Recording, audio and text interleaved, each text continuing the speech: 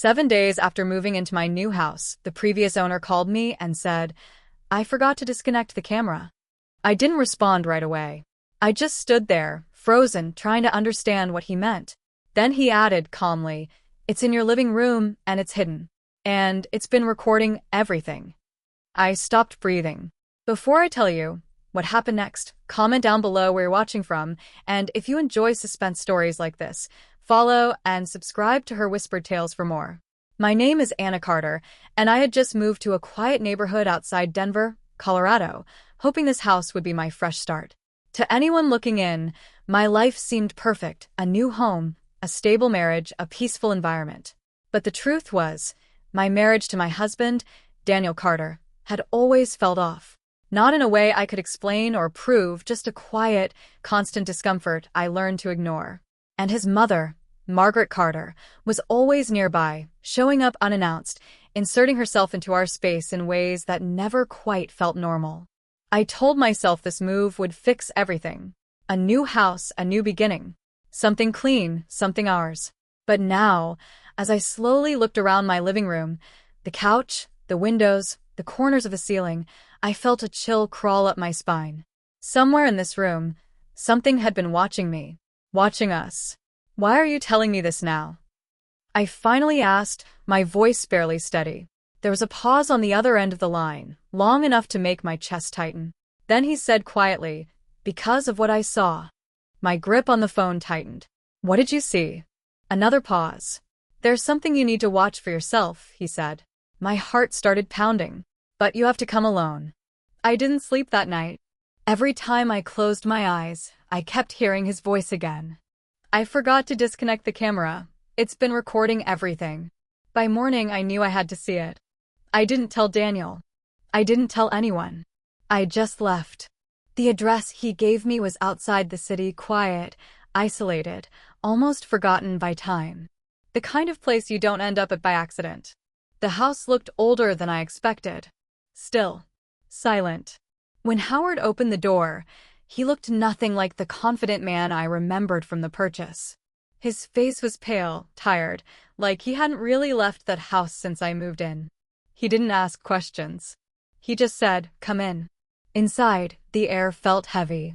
Curtains were shut tight. A single laptop sat open on a wooden table like it had been waiting for me. That's it, he said quietly. The camera feed. Every instinct in me said, Don't watch it. But I still stepped closer. He pressed play. At first, everything looked normal. My living room. My house. Me walking through it like any other day. Then Daniel appeared. My chest tightened immediately. But something felt different about him. He wasn't the Daniel I knew at home. He looked calmer. More relaxed. Like he was waiting for something. He checked his phone. Then looked toward the door. And waited. Minutes passed. Then the door opened. I felt my entire body go cold. Margaret walked in. No knock. No call. No hesitation.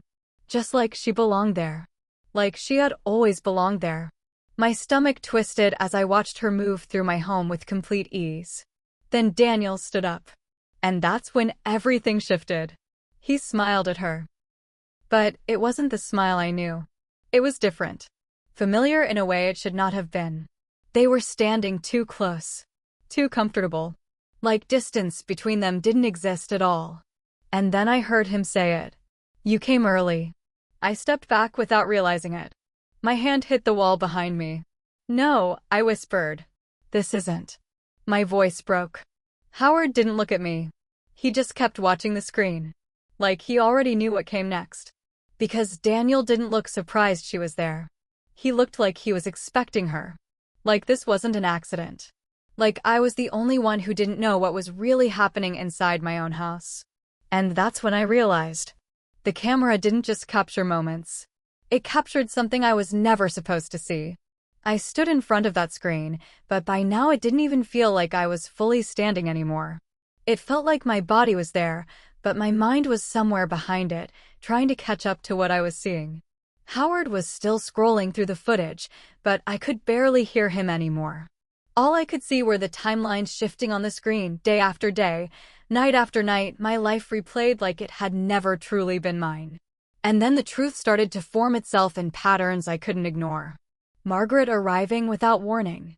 Daniel waiting for her like it was expected. Conversations that stopped the moment I entered the frame, like someone had pressed pause on a different version of reality. And every single time, the same performance began again. Not random. Not hidden. Rehearsed. My throat tightened. How long has this been happening? I asked, but even my voice didn't sound steady anymore. Howard didn't answer right away. He looked almost reluctant now, like he regretted bringing me here at all. Finally, he said quietly, "Since before you moved in." My mind rejected it immediately. "That's not possible," I said quickly. The house was empty. I saw it myself. But Howard shook his head. "It wasn't empty," he said. "It was just waiting for you to arrive." Something inside me cracked at that sentence. Because it didn't sound like an explanation. It sounded like a warning. The footage changed again, and this time I saw myself enter the frame. I was smiling, carrying boxes, talking about furniture placement, completely unaware of what had been happening just minutes before I walked in. And the moment I appeared, everything changed. Their expressions shifted instantly. Distance returned. Silence replaced comfort. Like two people stepping back into roles they had played many times before. I felt my stomach twist violently. "This isn't real," I whispered, but it didn't sound convincing even to me. Howard finally spoke again, lower this time. "It is real. It just isn't the version of it you were meant to see." My breathing got uneven. "So, what am I supposed to believe?" He hesitated, and that hesitation said more than words ever could. Then the laptop screen flickered. Just once. A small glitch. But Howard's entire posture changed immediately. His eyes locked onto the screen like he had seen something I hadn't. And then his voice dropped almost to a whisper. "They notice the feed is active again." My heart stopped. Because in that same second, the camera on the screen shifted slightly, as if something on the other side had just moved toward it. And Howard whispered the final thing I didn't want to hear. "Emily, we are not the only ones watching it right now." Howard didn't move after he said it. "They're watching it right now." Those words didn't feel real. They felt like something had entered the room with us. I stared at the laptop again, but the footage had changed slightly, so subtly I almost convinced myself I was imagining it. The camera angle felt lower, closer, like it had shifted on its own. My throat went dry. "No," I whispered. "Turn it off. Now." But Howard didn't respond. His hand hovered over the trackpad, frozen, like even touching. It could trigger something worse. On the screen, Daniel was still in the living room.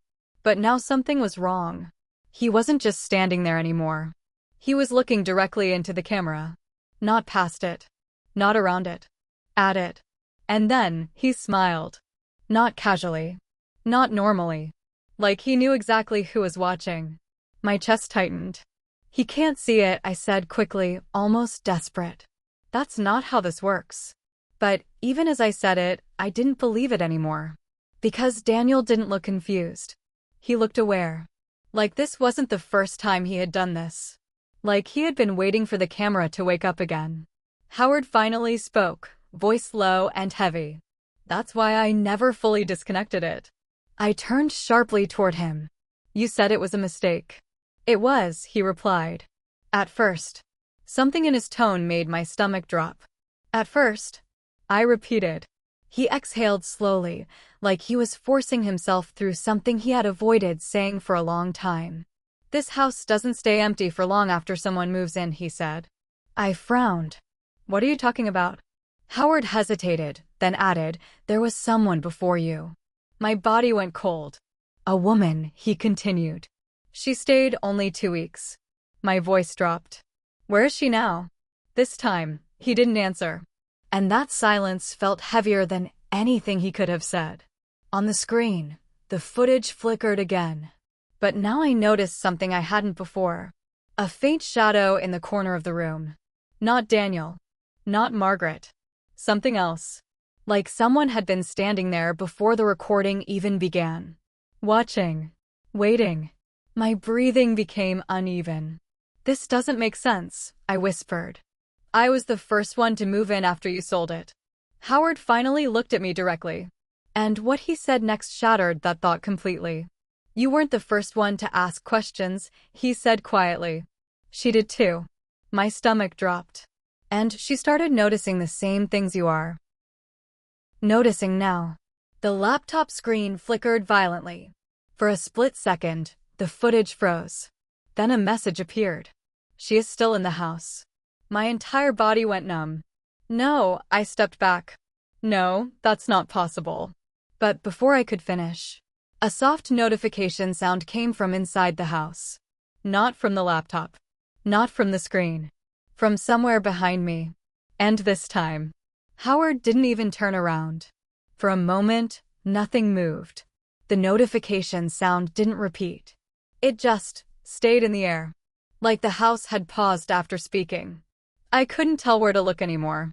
The laptop in front of me felt irrelevant now. Whatever was happening wasn't inside it. It was around me. Behind me.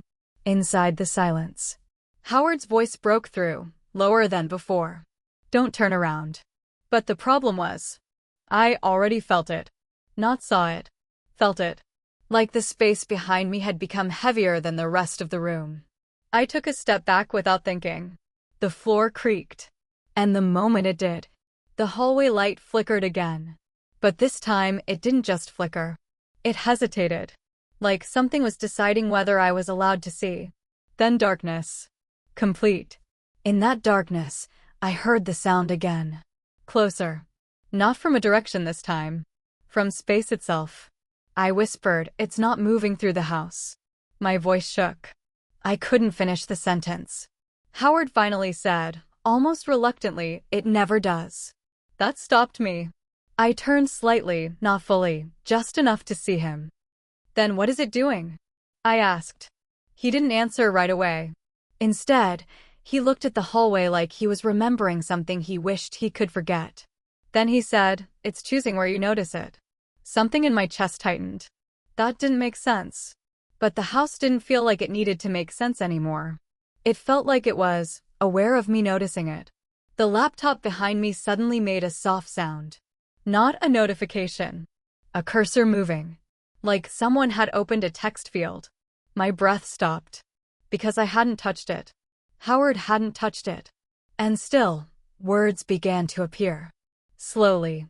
One by one. You remember me. I froze. What is that supposed to mean? I whispered. Howard's expression changed. Not fear. Recognition. Like he had seen those words before. Like he had read them somewhere he didn't want to remember. My voice broke. That woman, the previous owner. Howard finally nodded. And this time, his answer was different. Not vague. Not careful. Just heavy. She didn't just live here, he said. She started noticing the same thing you are noticing now. My stomach twisted.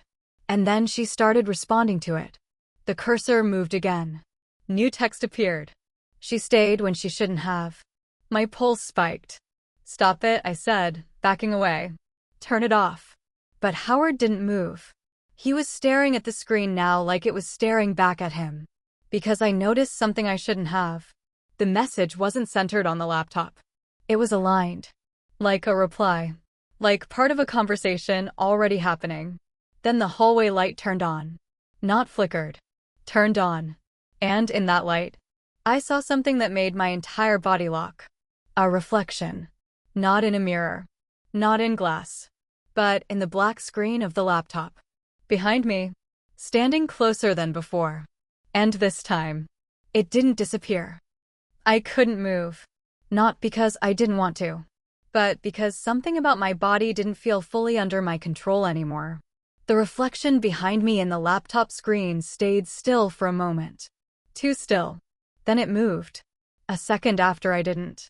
I raised my hand slowly, just to test it. The reflection didn't react. Not immediately. Then, half a second later, it copied me. Delayed. Wrong. Like it was remembering what I did instead of doing it with me. My breath got stuck in my throat. I tried to speak, but the words didn't come out properly. The reflection tilted its head. But I didn't. And then it smiled. I didn't. My face stayed frozen in reality, while the version inside the screen reacted like it had its own understanding of me, of this moment, of what I was becoming. I stepped back instinctively. The floor felt unstable under my feet, like even the room wasn't syncing with me properly anymore. This isn't a reflection, I whispered, but my voice cracked halfway through. Howard didn't answer immediately. When he finally spoke, his voice was low, careful. It stopped being a reflection a long time ago. My chest tightened. Then what is it? He hesitated. And that hesitation felt worse than any answer. It doesn't copy you anymore, he said slowly. My stomach dropped. Then what does it do? I asked. Howard looked at the screen like he regretted ever letting me see it. It studies the gap between what you do and what you become. A cold silence filled the room. Because that didn't make sense. But it also made too much sense. The reflection moved again. But I didn't. And this time, it didn't wait to copy me. It moved first. Like it already knew what I was about to do before I did it. My hands started shaking. No, this isn't real, I said, but even I couldn't recognize my own voice anymore. Howard's expression changed slightly. Not fear. Recognition. Like he had seen this stage before. The laptop flickered. New text appeared on the screen without anyone touching it. You're lagging behind. My breathing broke. What does that mean? I whispered, stepping back again. Howard finally spoke, voice heavier now. It means it's no longer waiting for you to act. He paused. It's predicting you. My reflection moved again. But I didn't tell it to. This time, my body reacted a fraction of a second before my thoughts did. My hand lifted slightly on its own. I froze. Because I hadn't decided to move yet. And still, I was already moving. My voice finally broke completely. I think it's inside the delay, I whispered. Howard didn't correct me. He didn't deny it. And in that silence, I understood something I didn't want to understand. It wasn't just watching me anymore. It was getting ahead of me. And for the first time, I wasn't sure which version of me was the real one anymore. And then my hand moved again. Before I could stop it, I moved. But I didn't feel like I moved. That was the first thing that broke something inside me. It wasn't pain. It wasn't shock. It was confusion, delayed. Like my brain received the movement after my body had already done it. I looked down at my hand. It was still. But I could remember it moving. And I couldn't tell which version was happening right now. My breathing started breaking into pieces. Not steady anymore. Not controlled. Just happening. In fragments. I tried to speak, but the sentence collapsed halfway through. Howard stepped closer to the laptop, but I couldn't focus on him anymore. Because the reflection on the screen wasn't lagging now. It was matching me perfectly. Too perfectly. Like there was no difference left to measure. I lifted my hand again, slowly, on purpose this time. And the reflection lifted it at the exact same time. No delay. No gap. No separation. My stomach dropped. No, I whispered. This is wrong. But even the word felt strange in my mouth. Like I had said it before.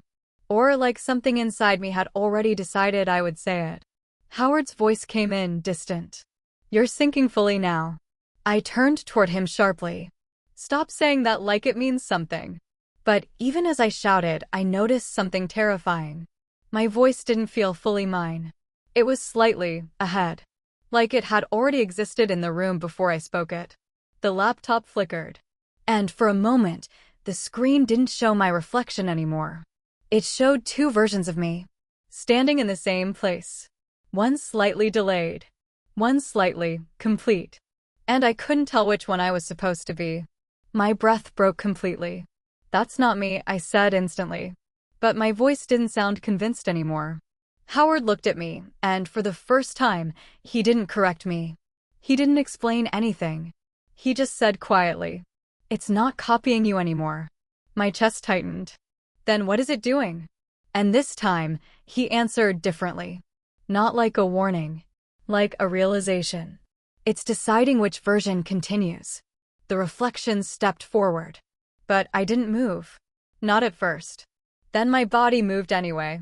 Before I told it to. Before I understood why. And the most terrifying part wasn't that it moved without me. It was that I didn't immediately feel surprised. Like part of me already expected it. I looked at my hands again.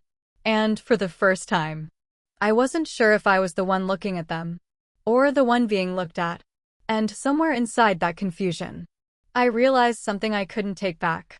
If there were two versions of me now, I had no way of knowing which one started first. Everything didn't end. It shifted. Like the room had decided it no longer needed to stay consistent. I tried to focus on Howard, but even his face felt unstable now, like I was remembering him instead of seeing him. The laptop screen dimmed and brightened again on its own. And in that flicker, I saw myself. Two versions. Standing in the same space. One slightly behind the moment. One already ahead of it. And I couldn't tell which one was supposed to be me anymore. I think I said. But I stopped. Because the sentence didn't feel like it belonged to me halfway through. My throat tightened. I tried again, slower. I think one of us. And then my mind went blank for a second. Not silence. Just absence. Like something had paused me. Howard's voice came through, but it didn't fully register at first. Emily, don't let it finalize. Finalize what? I wanted to ask. But the question arrived late. Like my thoughts were losing priority. The reflection on the screen moved first. I noticed that too late. My body followed after. Not copying. Not mirroring. Just aligning. As if hesitation no longer existed between thought and action. No, I whispered. But even that word felt borrowed now. My voice didn't sound wrong. It sounded familiar in a way I didn't remember learning. The laptop flickered one last time. And for a brief moment, there was no split image anymore. Only one version of me. Standing perfectly still. Looking back. Waiting. My breathing slowed without permission. And something inside me understood before I did. This wasn't a change happening anymore. It was something finishing. I started again. But the sentence never completed. Because I wasn't sure which part of me was supposed to finish it. Howard stepped forward. But even his movement felt delayed now, like he was becoming part of the same system. His voice cracked slightly. Which one are you? That question didn't land immediately. It arrived, like everything else. Late. And then I understood something quietly, without fear. Not as shock. Not as panic. Just recognition. If there were two versions now, there was no longer a way to ask which one started first. Only which one continued cleanly. The screen dimmed. And the reflection stopped behaving like a reflection at all. It simply existed. Like it had always existed. Like it wasn't becoming me. But had already decided it was me a long time ago. My hand moved slightly. Then stopped. Or maybe it stopped first. I couldn't tell anymore. And the last thing I clearly remember, before everything stopped feeling like something I was watching, was a soft notification sound. Not from the house. Not from the laptop. But from somewhere inside the timing of my own thoughts. And it didn't say anything new. It simply confirmed what was already decided. The transfer is complete. And after that, there was no moment of ending. Only the quiet realization that one version had already stopped needing to notice the difference. And the other was still learning how to continue.